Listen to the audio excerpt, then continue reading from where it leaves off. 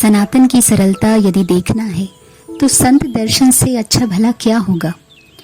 आज हम बात करने वाले हैं ऐसे संत की जिन्हें मैंने सरल और रियल संत की हृदय से उपाधि दी है।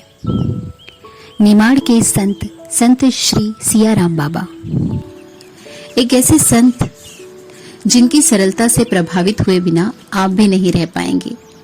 तो बने रहिए वीडियो में अंत तक हमारे साथ और जानते हैं संत सियाराम बाबा के बारे में और चलते हैं उनके आश्रम। मध्य प्रदेश के खरगोन जिले के कसरावत ब्लॉक में स्थित है तेली भट्यार नाम का स्थान, जहां मां नर्मदा के किनारे स्थित है संत सियाराम बाबा का आश्रम। यदि आप खरगोन से जाते हैं तो खरगोन से 50 किलोमीटर की दूरी पर वाया गोगावा आप यहां जा सकते हैं। तो हम पहुंच गए हैं सियाराम बाबा के आश्रम। आश्रम पहुंचते ही मां नर्मदा की ठंडक ने हमें सराबोर कर दिया।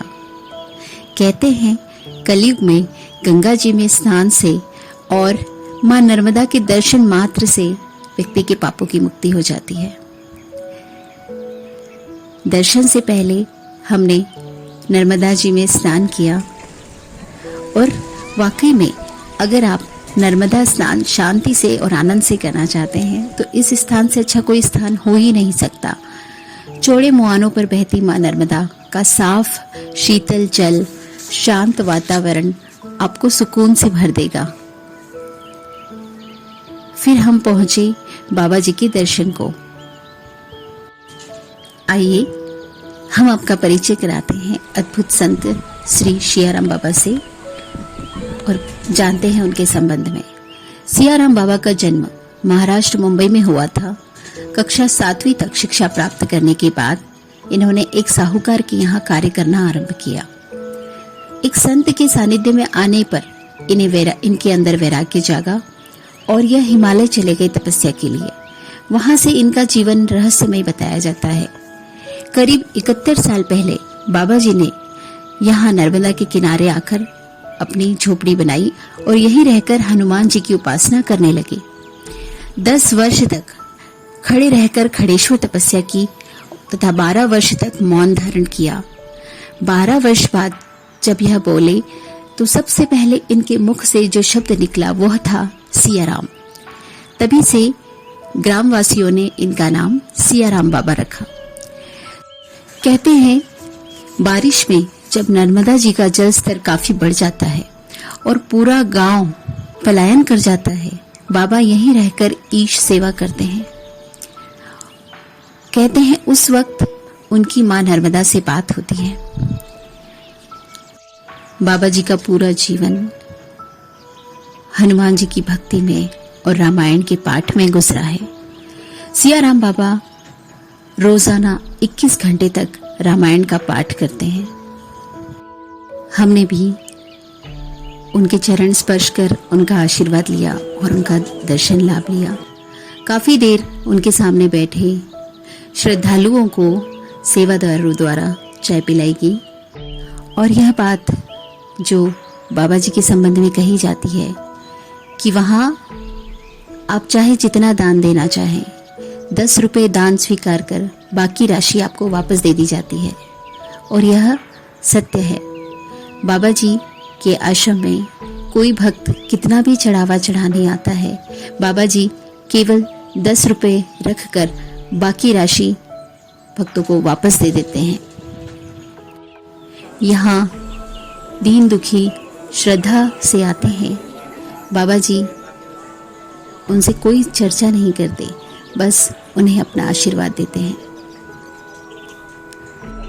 और करते हैं केवल समाज कल्याण की बात, करते हैं केवल समाज कल्याण के कार्य।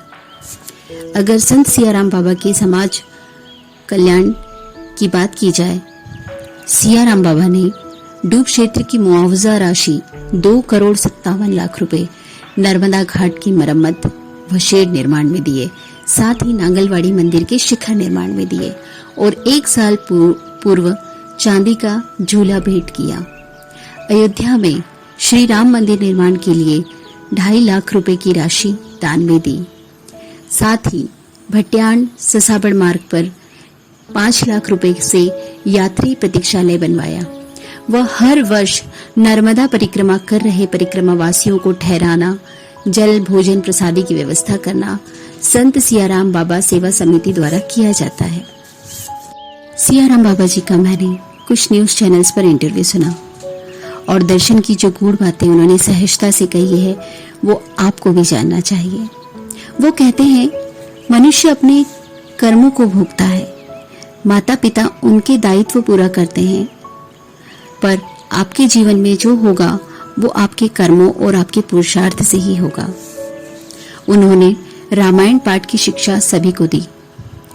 उन्होंने बताया जिस प्रकार रामायण में अच्छे बुरे हर किरदार हैं, यह आप पर निर्भर करता है कि आप किससे प्रभावित होते हैं। वैसे ही ये संसार भी एक बाजार है, यहाँ भी अच्छा बुरा सब है। आप पर निर्भर करता है आप क्या चाहते हैं।